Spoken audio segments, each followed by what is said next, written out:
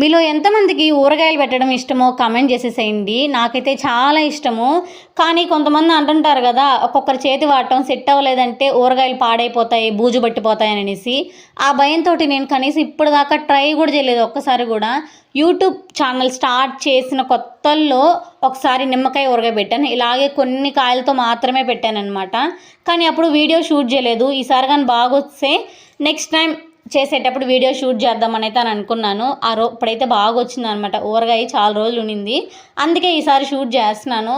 నిమ్మకాయల్ని బాగా కడిగేసుకొని ఒక క్లాత్ తోటైతే చెమ్మబోయేంత వరకు తుడిచేసుకొని చిన్న చిన్న ముక్కలుగా కట్ చేసేసుకున్నాను నేనైతే.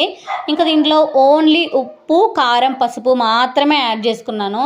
ఇంకా చాలామంది దీంట్లో అయితే మెంతుల పొడి, ఆవాల పొడి, అలాగే వెల్లుల్లి, అలాగే ఆయిల్ ఇవన్నీ కూడా మిక్స్ చేసుకుంటారు. కానీ నాకెందుకు అవన్నీ వేస్తే కొంచెం డామినేటింగ్గా అనిపిస్తుంటుంది. అందుకే నేను ఇలా సింపుల్గా అయితే ట్రై చేసేసాననమాట. ఈ సమ్మర్లో మనం ఎక్కువగా పెరుగన్నం తింటూ ఉంటాం. పెరుగన్నం, మజ్జిగన్నం, లేకపోతే ఓన్లీ వాటర్ పోసుకొని తింటూ ఉంటాం కదా. సో అలా తింటున్నప్పుడు ఏంటంటే ఈ నిమ్మకాయ ఊరగాయ పర్ఫెక్ట్ మ్యాచ్ అని చెప్పచ్చు. ప్రాసెస్ చాలా ఈజీ కాబట్టి ఎవరైనా ట్రై చేసేసేవచ్చు. ఈ కాయ బాగా ఒక 3-4 డేస్కి అంతా మంచిగా ఊరిపోతుంది అనమాట. అలా ఊరినప్పుడు ఫ్రిడ్జ్లో పెట్టేసుకుంటే ఎన్ని రోజులైనా